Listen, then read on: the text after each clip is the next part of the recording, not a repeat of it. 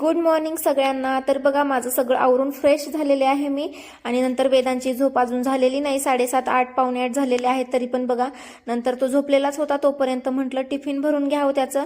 नंतर माझं पाणी प्यायचं राहिलं होतं, सो बसून मस्त पाणी पिलं मी आणि मग नंतर झाडून राहिलं होतं ते सुद्धा मी आवरून घेतलं। वेदांत आंघोळ करतोय तोपर्यंत वेळ होता। तर बघा ह्याची आंघोळ झाली की ह्याला बाथरूम पासून इकडे उचलून आणायचं असतं प्रत्येक वेळेस।